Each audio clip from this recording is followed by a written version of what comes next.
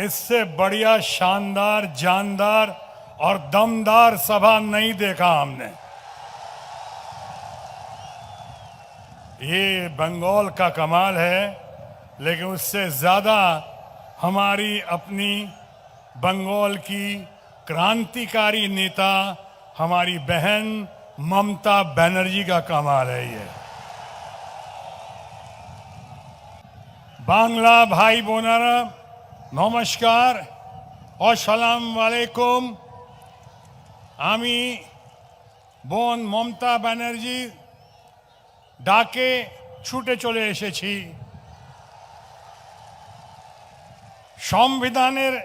সংবিধানের रक्षा करते देश बचाओर जन्ने संविधान की रक्षा के लिए, देश बचाने के लिए, देश को आगे बढ़ाने के लिए, देश को सही दिशा और नई दिशा देने के लिए, देश को एक जबरदस्त, देश की अपेक्षा के अनुरूप एक अच्छा नेतृत्व देने के लिए, नया नेतृत्व देने के लिए, पुराना नहीं, उसके लिए हम सब यहां इकट्ठा हुए हैं।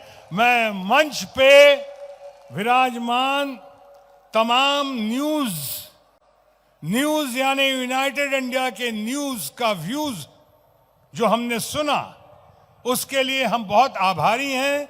न्यूज यानी नॉर्थ, ईस्ट, वेस्ट और साउथ के ग्रेट लीडर्स यहां पे मौजूद हैं, जिन्होंने मार्गदर्शन दिया है। और उस मार्गदर्शन के साथ साथ ज्यादा मुझे विशेष अब कुछ कहने की जरूरत नहीं है। मैं देख रहा हूं sense of the mood, nation का मूड, आपका मूड, हमारे अपने बंगाल का मूड एक ही है, एक ही लक्ष्य है, एक ही उद्देश्य है, परिवर्तन परिवर्तन परिवर्तन, बेहतरी के लिए, नए नेतृत्व के साथ नई दिशा में चलने के लिए और सही दिशा में चलने के लिए। मैं कई बार जब बातें करता हूं और यहां पे मैं बहुत सारे यंगर जनरेशन को देख रहा हूं, बहुत जान है यंगर जनरेशन में, बहुत जान है, गजब का वातावरण है। मैं यहां पे यंगर जनरेशन को देख रहा हूं, उनसे मुखातिब हूं। कई बार लोग मुझसे पूछते हैं कि आप अभी तक तो भारतीय जनता पार्टी में हैं, तो आप भारतीय जनता पार्टी के खिलाफ क्यों बोलते हैं? आप बगावत क्यों करते हैं? क्या आप बागी हैं? तो मैं कहना चाहता हूं फिर से कि अगर सच कहना बगावत है तो समझो हम भी बागी हैं। मैं सच के साथ सिद्धांतों से समझौता नहीं कर सकता, इसलिए कि अगर मैं इस लम्हे तक, इस क्षण तक भारतीय जनता पार्टी में हूं और अभी अभी मेरे बड़े भाई देश के भूतपूर्व और अभूतपूर्व वित्त मंत्री और विदेश मंत्री, स्टेट्समैन यशवंत सिन्हा जी कह रहे थे कि अब इसके बाद तुमको पार्टी से जरूर निकाल दिया जाएगा, मैं कहता कोई बात नहीं, क्योंकि मेरा अपना मानना है और मैं इस बात को बखूबी जानता हूं कि मैं भारतीय जनता पार्टी में अगर हूं भी तो उससे पहले मैं भारत की जनता का हूं। मेरी जवाबदेही, मेरी जिम्मेदारी भारत के जनता के प्रति है, भारत के जनता के प्रति वफादारी है। इसलिए मैं जो कुछ भी कहता हूं, करता हूं या कहना चाहता हूं या करना चाहता हूं, वो देश हित में, वो जनहित में है, जनता के हित में है। और फिर ये दुनिया जानती है कि कोई भी पार्टी हो, व्यक्ति से बड़ा पार्टी होता है और पार्टी से बड़ा देश होता है और देश से बड़ा कुछ भी नहीं होता। इसलिए अगर मैं देश हित में बात करता हूं तो जाहिर है पार्टी हित में ये बात करता हूं, लोगों के हित में बात करता हूं और पार्टी को आईना दिखाने की कोशिश करता हूं कि लोकतंत्र है, देखो ज्यादतियां मत करो। मुझसे कई बार लोग पूछते हैं कि अटल बिहारी वाजपेयी जी, भारत के भूतपूर्व और अभूतपूर्व प्रधानमंत्री, जिन्हें हम श्रद्धा के सुमन अर्पित करते हैं, ऐसे अटल बिहारी वाजपेयी जी के वक्त में और अभी हमारे जो माननीय हैं, सम्मानीय हैं, जो भारत के शीर्ष नेता हैं, उनके दौर में क्या अंतर पाते हैं आप? मैं कहता हूं अटल बिहारी वाजपेयी जी के जमाने में अटल बिहारी वाजपेयी जी के जमाने में लोकशाही थी और इस जमाने में तानाशाही है। तानाशाही ये नहीं चलेगा। ये जाती है देश के लोगों के साथ। क्या मतलब है अचानक रातों रात तुगलकी फरमान देते हुए, तुगलकी फरमान की तरह अचानक रातों रात आपने घोषणा कर दी नोटबंदी की? क्यों नोटबंदी की? खोल के दो। क्यों नोटबंदी की? एक मिनट।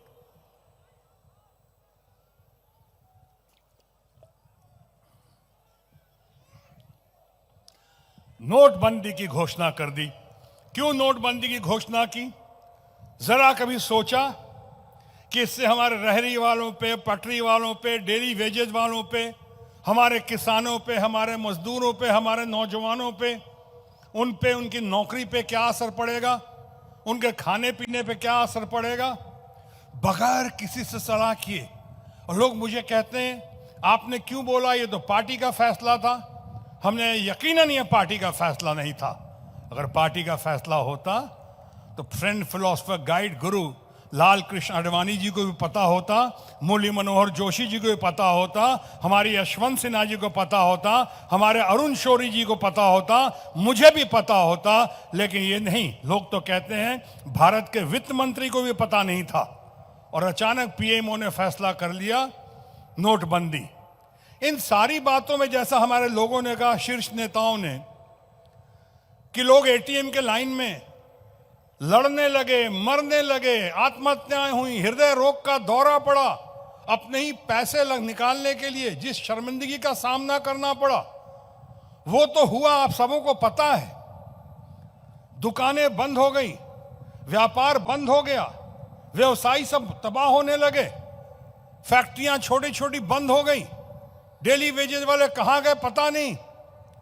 और उससे ज्यादा जिस पे कम लोगों ने रोशनी डाली होगी, जरा गौर से सोचना आप लोग, हमारे अपने घर की महिलाएं, माताएं, बहनें, जो सालों साल अपने पिता से, पति से, अपने घर वालों से छुपाकर, मगर अच्छी नीयत से, उन्हीं की दवा दारू के लिए, उन्हीं के शादी ब्याह के लिए, जिन्होंने सालों साल पैसे जमा करके रखे तकिए के नीचे या अलमीरे के पीछे, वो सब अचानक हवा हवाई हो गए। पूरे देश का, हमारे घर की महिलाओं का जोड़े तो करोड़ों, hundreds of crore rupees, hundreds of crore रुपए सब हवा हवाई हो गए। ये किसने अधिकार दिया? चाहे किसी पार्टी का हो। ये तो गलत बात है, ये तो ज्यादती है। अभी नोटबंदी से उभर ही नहीं पाए थे कि अचानक कॉम्प्लिकेटेड जीएसटी जिसको हमारे कांग्रेस के नए अध्यक्ष ने, लेकिन बहुत कामयाब अध्यक्ष ने, जिन्होंने 1 साल अध्यक्षता हासिल की, उसके अंदर 3 प्रदेश में चमत्कार करके दिखाया। राजस्थान में, छत्तीसगढ़ में और मध्य प्रदेश में। ऐसे हमारे राहुल गांधी जी ने कहा यह गब्बर सिंह टैक्स है। ये क्यों किया ऐसा? ये ऐसा जो आपके सूरत से लेके, बंगाल से लेके जगह जगह व्यापारियों की क्या हालत हुई, कपड़े व्यापारियों की क्या हालत हुई। साल में 365 दिन होते हैं, आपको पता है? क्या आपको पता है कि अभी तक जीएसटी में 367 अमेंडमेंट्स हो चुके हैं और अभी भी हुए जा रहे हैं, बगैर सोचे, बगैर विचारे। और सबसे बड़ी बात, हमारे माननीय प्रधानमंत्री ने खुद इस जीएसटी का घोर विरोध किया था जब मुख्यमंत्री थे। आज अचानक पलटे, जीएसटी को इस तरह से कॉम्प्लिकेटेड जीएसटी को अचानक रातों रात के 12 बजे से देश को दूसरी आजादी मिल गई हो, दूसरी आजादी मिल गई, ऐसी घोषणा की पार्लियामेंट में। दूसरी आजादी तो दूर की बात, लोगों को गुलामी की ओर डाल दिया, भेज दिया। समझ में फायदा हुआ तो सिर्फ चार्टर्ड अकाउंटेंट्स का हुआ। जरा पूछो हमारे लोगों से, जिन लोगों ने मंदिरों में, जो लोग मंदिर में जाते हैं, जरा मंदिरों की हालत याद करें। दक्षिणा बंद हो गए, पुजारी हमारे तबाह होने लगे। जो सरदार जी हमारे आते हैं यहाँ पे गुरुद्वारे में, लंगर तक पे आपको लग गया जीएसटी, कभी 18%, कभी 28%। ये तमाशा क्या हुआ? यानी एक तरफ नोटबंदी, दूसरी तरफ जीएसटी। तो इसे क्या कहेंगे आप? नीम पे करेला। नीम पे करेला, लोग त्राहिमाम स्थिति में। और उसके बाद रही सही कसर थी। वैसे तो बहुत सारे कांड हुए, किसानों की मांग, आज तक किसान जिस तरह से तड़प रहे हैं उस पर ज्यादा नहीं बोलूंगा, बाकी लोग बोल चुके हैं। किसानों की बात है, नौजवानों की बात है, मजदूरों की बात है, लेकिन सबसे बड़ी और सबसे बुरी बात है, सबसे बड़ी और सबसे बुरी बात है राफेल की। राफेल बहुत छोटी बात कहूंगा, ज्यादा नहीं कहूंगा। मैं सिर्फ कहूंगा आप गौर से सोचिए। मैं ये भी नहीं कह रहा हूं कोई दोषी है, लेकिन ये भी नहीं कह रहा हूं कि आप दोषी नहीं हैं। अगर इस तरह से आप बात दबाने की और छुपाने की कोशिश करेंगे तो देश की जनता कहेगी वाकई कि चौकीदार चोर है। आप छुपाते क्यों हैं? आप कहते क्यों नहीं हैं? दो तीन ही तो सवाल है। आज ही एन राम ने, जो देश के बहुत बड़े बुद्धिजीवी हैं, आज ही एन राम ने, जो देश के बहुत बड़े बुद्धिजीवी हैं, उन्होंने क्या कहा है? एक राफेल डील में 41% से ज्यादा का घाटा हुआ है, यानी मुनाफा लिया गया, देश को घाटा हुआ है। 3 सवाल है, ये बच्चों को या नौजवानों को बता रहा हूं। पहली बात तो ये, 126 हवाई जहाज की जरूरत थी, 36 क्यों लिया गया, जबकि देश की सुरक्षा का सवाल है। नंबर 2, ये हवाई जहाज का दाम 3 गुना से ज्यादा कैसे हो गया? 500 करोड़ था, 500 प्लस 526, 530 कुछ भी होगा, और उसको 1600 करोड़ में कैसे गया एक जहाज? और एक और, हमारे पास देश की इतनी अच्छी कंपनी है HAL, जिसे सुखोई तक बनाने का, उसको सुखोई तक जो बना सकता है, जो सुखोई, जो हमारे अपने अखिलेश यादव ने, हमारे अखिलेश यादव मुख्यमंत्री थे, जो इन्होंने ऐसे ऐसे जबरदस्त हवाई अड्डे नहीं, हाईवेज बनाए हैं जहां पे सुखोई हवाई जहाज तक उतार दिया जा सकता है।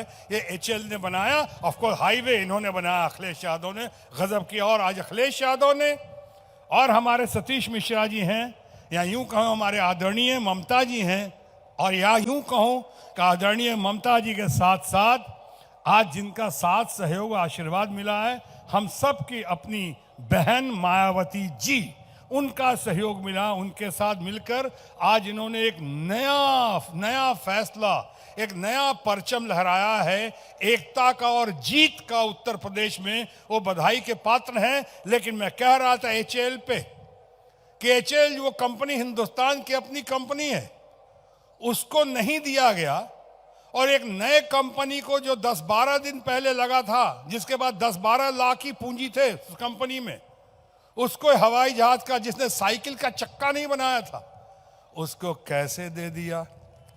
यही सवाल है। ये 3 सवाल पे आप गौर करें, 3 सवाल का जवाब दे दें। और जब तक जवाब नहीं देंगे, जब तक बिहार की भाषा में आप थेथराई करेंगे, जब तक आप बोलते जाएंगे, छुपाते जाएंगे, कारपेट डालते जाएंगे, तब तक आप सुनते जाएंगे चौकीदार चोर है, चौकीदार चोर है। तब तक आप सुनते जाएंगे। इसलिए आइए, उठिए। हम जानते हैं ये इलेक्शन की घड़ी है, इलेक्शन की घड़ी है। अब फिर नए नए वायदे शुरू हो रहे हैं, नई नई बातें शुरू हो रही हैं, प्रॉमिसेस बहुत हो रहे हैं, परफॉर्मेंसेस नहीं हो रहे हैं। प्रॉमिसेस और परफॉर्मेंसेस के बीच में गहरी खाई हो गई है। और उससे अब सुनते जाइए, sit up India, sitting India, made in India, क्या जन धन योजना, मुद्रा योजना, उज्ज्वला योजना। उज्ज्वला योजना एक तरफ, सिलेंडर का दाम बढ़ गया दूसरी तरफ। करते जाइए आप सारी बातें। अभी मेड इन इंडिया बहुत सुन रहा हूं, अभी तक तो मेड इन इंडिया के लिए क्या किया आपने, और जब तक अच्छा नहीं करेंगे आप तब तक मेड इन इंडिया का मतलब होगा मेड इन चाइना, जो चल रहा है। आपको रोकना पड़ेगा, उसके लिए चीजें भी अच्छी करनी पड़ेंगी, क्वालिटी भी अच्छी करनी पड़ेगी, दाम भी कम करने पड़ेंगे। और एक बात और, इलेक्शन का वक्त है, 6-8 हफ्ते रह गए हैं, 10-12 हफ्ते रह गए हैं। अब तरह तरह की बातें होंगी, फिर नए वायदे होंगे, अटेंशन डाइवर्ट करेंगे। यहां से जब हम लोग सारी बातों का जवाब मांगेंगे तो हमें अयोध्या की ओर ले जाएंगे। चुनाव से पहले कभी नहीं, चुनाव की घड़ी में, वो भी जब मामला सुप्रीम कोर्ट में है तब। ऐसा क्यों हो रहा है आप समझिए। हमारे लोग अटेंशन डाइवर्ट करने की कोशिश कर रहे हैं।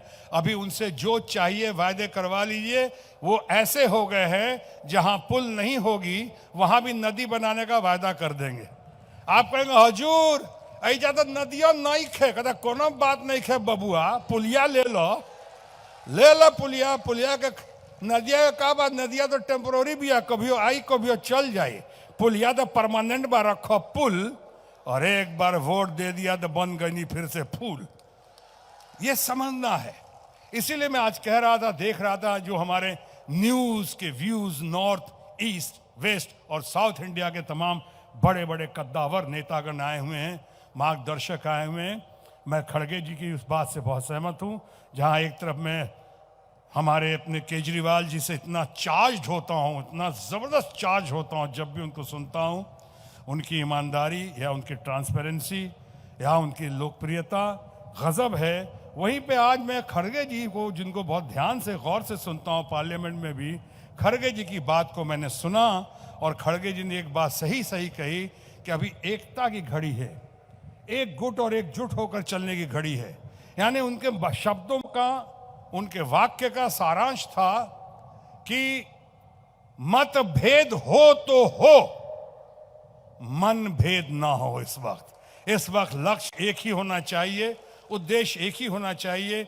हम उनका भी बहुत सम्मान करते हैं, बहुत कदर करते हैं। द वर्दी सन ऑफ द वर्दी फादर मिस्टर स्टालिन जो आए हुए हैं वहां से, अपने साउथ इंडिया से स्टालिन हैं, चाहे चंद्रबाबू नायडू ने, ऑल इंडिया उनको रेस्पेक्ट करता है, उनसे बहुत कुछ एक्सपेक्ट करता है। ऐसे हमारे फॉर्मर प्राइम मिनिस्टर देवगौड़ा जी, उनका मार्गदर्शन मिला, उनके बेटे भी बहुत अच्छा बोल कर गए, सतीश जी बहुत अच्छा बोले, अखिलेश तो है ही जवानी से भरपूर। और आपको खुशखबरी दे दूं कि अभी मेरे बाद बहुत ही तेज तर्रार और जो बिहार का भविष्य दिखता है, बहुत ही जबरदस्त नेता है, वो भी वर्दी सन ऑफ द वर्दी फादर है, और वो है तेजस्वी यादव। यहाँ आ चुके हैं और आपके सामने तेजस्वी यादव आके इस पे और नई रोशनी डालेंगे, ताकि हम सब अपना अपना प्रकाश, अपना फोकस, अपना उद्देश्य, अपना दमखम मिलाकर अगर साथ चले और सबको साथ लेकर चले सही सेंस में, तो इन पंक्तियों को चरितार्थ कर सकते हैं। इन पंक्तियों को कि दाद देती है गर्दिशे दौरा, जिंदगी एहतराम करती है। दाद देती है गर्दिशे दौरा, जिंदगी एहतराम करती है।